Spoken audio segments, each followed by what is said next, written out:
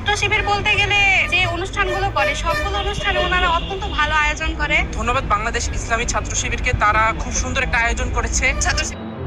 সম্প্রতি ঢাকা বিশ্ববিদ্যালয়ে ছাত্র শিবিরে নবীনবরণ অনুষ্ঠান নিয়ে সামাজিক যোগাযোগ মাধ্যমে বেশ কাদা ছোড়াছুড়ি চলছে। কেউ কেউ বলছে এক প্যাকেট বিরিয়ানি বা ভালো খাবারের লোভে নাকি সাধারণ শিক্ষার্থীরা ছাত্র শিবিরের পক্ষে কথা বলছে।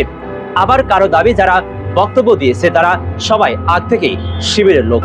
পুরো বিষয়টি একেবারে সহজভাবে চিন্তা করলে বোঝা যায় এখানে আসলে ঢাকা বিশ্ববিদ্যালয়ে সাধারণ শিক্ষার্থীদের মেধা আর চিন্তা শক্তিকে চরমভাবে অপমান করা হচ্ছে।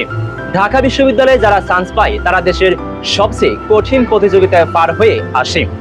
এই মেধাবী ছেলেমেয়েরা কি এতটাই বোকা যে বা এতটাই অবুঝ যে একবেলা ভালো খাবার খেলে তারা কে ভালো আর কে খারাপ তা বিচার করতে পারবে না?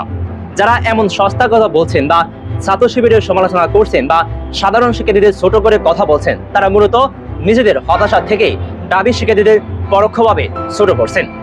যে কোনো বড় অনুষ্ঠানে সাধারণ শিক্ষার্থীরা স্বতঃস্ফূর্তভাবে অংশগ্রহণ করে।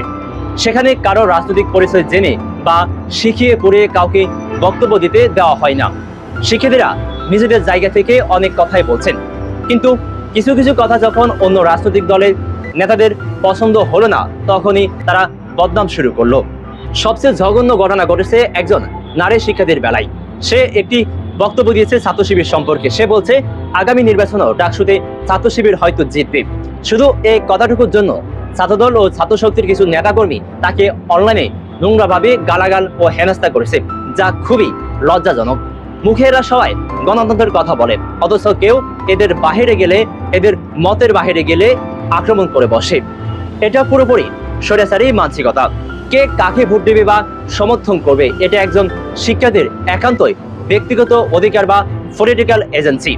এই স্বাধীনতায় বাধা দেওয়া বা নাশক করার অধিকার কারো নেই।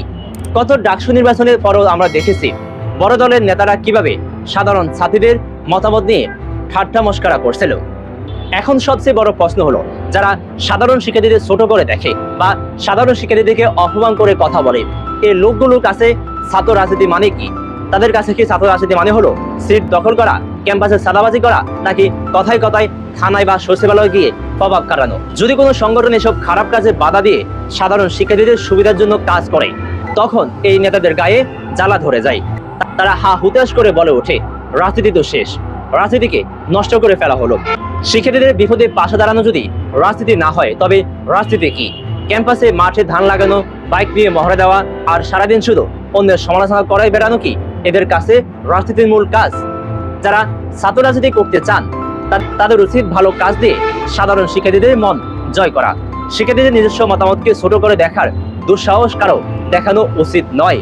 ঢাকা বিশ্ববিদ্যালয়ের শিক্ষার্থীরা যথেষ্ট বুদ্ধিমান এবং পরিণত।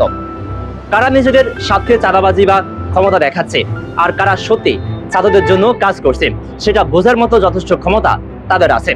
সাধারণ শিক্ষার্থীদের সম্মান করতে না শিখলে রাজনীতির মাঠ থেকে এই অহংকারী নেতারা খুব দ্রুতই চিরতরে মুছে যাবেন।